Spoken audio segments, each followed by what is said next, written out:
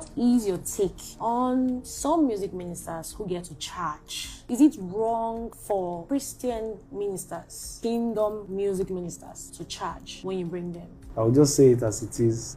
If you interact with some of these guys sincerely, they might not see what you are saying wrong. Like, they might not understand what the problem is, because some of them never had any other influence apart from what they are doing. But the influence I had was freely be received, freely give. Basically bless people, and then trust that God will touch their hearts to also communicate in carnal things as well. The only instruction he gave me was, I was even extreme. I would buy my flight ticket, pay for my hotel. Wow. Yeah, I'll do that and be broke at the end of the whole experience. Yeah, and he sat me down and asked me one day, how much is in your account? I said 36. I knew he wanted to drag me. So I said 36. He said 36,336. Oh, 3.6 million. I said 36. That's 36 naira. No, Wow. 3,600. Okay, 3,600. Okay, I was like 36 naira. I was wondering.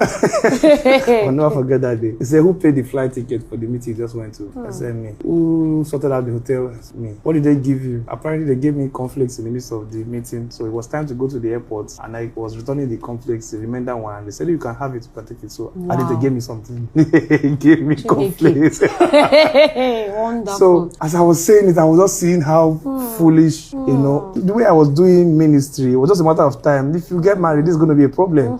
So he gave me an instruction that day, which I didn't abide by the way. I still suffered a little bit more after that. That anybody who cannot sort your flights, that is your transportation, your accommodation, and feeding, is not ready to host you. Basics. He said if they cannot do those three things, they can't host you yet. It's that simple. You can't pay for your way to go and bless a person. If they want you to come, then they should at least commit themselves to that. He said if they can afford an honorarium, fine. If they can't afford, at least let them. That's where he left it at. You can imagine such an instruction. I was still struggling with receiving that. So that's where I'm coming from in my mindset. Yes. So now that I have more balance now, obviously those kind of things cannot even happen anymore. Like, you don't expect the man of God to foot his bills, to come and be a blessing to you and they go back again. I mean, just common sense. It is absolutely wrong for you to want to host somebody and allow the person foot his own logistics and everything. It is absolutely wrong. That's one. Two, he talked about his own covenant with God.